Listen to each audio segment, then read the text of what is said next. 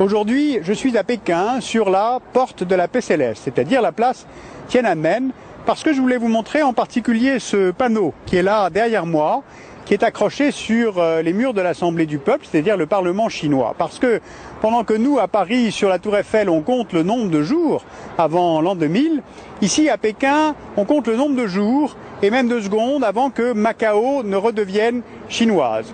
Alors quelles sont les perspectives pour cette ancienne colonie portugaise et puis quels sont les enjeux pour la Chine? C'est ce que je vous propose d'essayer de comprendre aujourd'hui, en commençant naturellement par regarder une carte pour savoir où est Macao par rapport à la Chine. Voilà. Macao est là, au sud-est de la Chine, sur le delta de la rivière des Perles, juste en face de Hong Kong, qui est planté de l'autre côté du delta, à quelques 60 km de là. Macao, c'est une péninsule à laquelle s'ajoutent deux petites îles, Taipa et Koloane. C'est cet ensemble, qui est tout petit en superficie, qui est portugais depuis le XVIe siècle et qui revient sous souveraineté chinoise le 20 décembre 1999. Alors je vais essayer de repérer quelques étapes significatives dans l'histoire de ce lieu magique, le lieu de la quasi-première rencontre entre l'Europe et l'Asie. Cette présence portugaise à Macao date d'à peu près 500 ans. Elle est l'exacte conséquence des audaces des explorateurs portugais Vasco de Gama ou Bartolomé Dias à l'aube des années 1500. Ces grands navigateurs partent, sous l'impulsion du roi portugais Dom Manuel, découvrir et créer des comptoirs commerciaux de plus en plus loin à l'est de Lisbonne.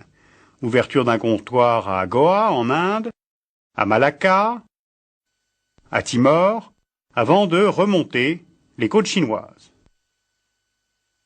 C'est le Portugais Jorge Alvarez qui est sans doute le premier Européen à mettre les pieds sur l'anse de la péninsule de Macao en 1513. Elle est alors occupée par des pêcheurs chinois du Fujian. Alvarez cherche un port à l'abri des tempêtes et il va y installer un entrepôt pour faire commerce avec l'Asie.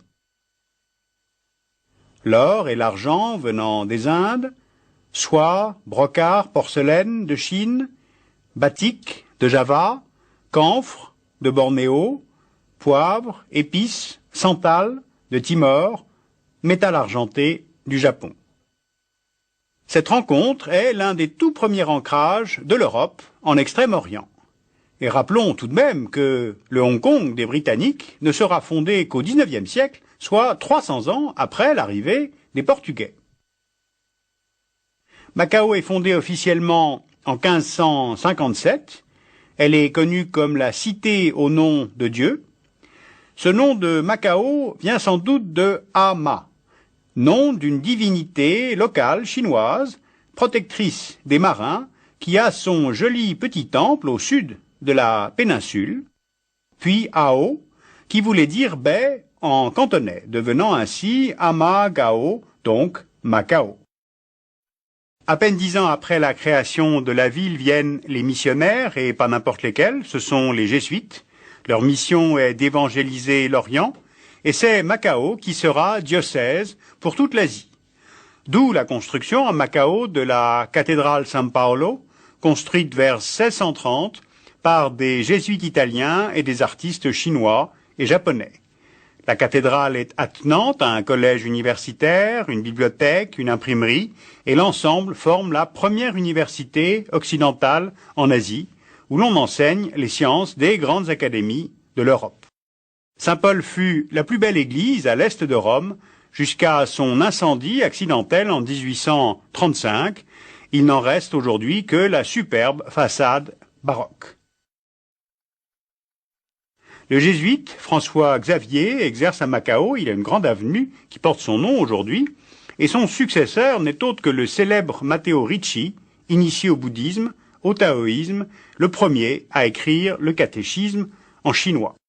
C'est encore un jésuite, Johann von Bell, qui devint le premier directeur étranger du bureau astrologique de Pékin, tant l'admiration de l'empereur de Chine pour lui fut grande. En fait, ce monopole du commerce par les compradores et cette conquête des âmes dont les jésuites basés à Macao ont un temps le monopole, crée des jalousies. Chez les franciscains, qui sont installés à Manille, et chez les Hollandais, qui cherchent eux aussi à s'implanter dans la région. Les jésuites de Macao construisent une forteresse, Monteforte, en haut de la colline qui, à peine terminée, servira à repousser de ses canons l'attaque que mène la flotte hollandaise devant le port en juin 1622. Alors même s'il y a eu des conquistadors, comme en Amérique latine, ce qui caractérise sans doute l'état d'esprit des Portugais au long de ces siècles, c'est de s'occuper avant tout de commerce plutôt que de conquérir du territoire. Cette attitude, en fait, déterminera tout un climat politique fort différent de l'état d'esprit des autres colonisateurs européens, induisant de ce fait une autre relation administrative avec la Chine. Rappelons que le Portugal n'a jamais fait la guerre à la Chine, contrairement au Royaume-Uni ou à la France au XIXe siècle. Et de fait, l'une des grandes étapes que l'on peut retenir, c'est le développement de l'idée coloniale en Europe. Au XIXe siècle, l'Angleterre est la grande puissance mondiale, et avec elle se renforce l'idée de domination commerciale, accompagnée par l'idée de domination territoriale. C'est bien militairement que la flotte anglaise fait ouvrir les ports chinois avec la politique de la canonnière.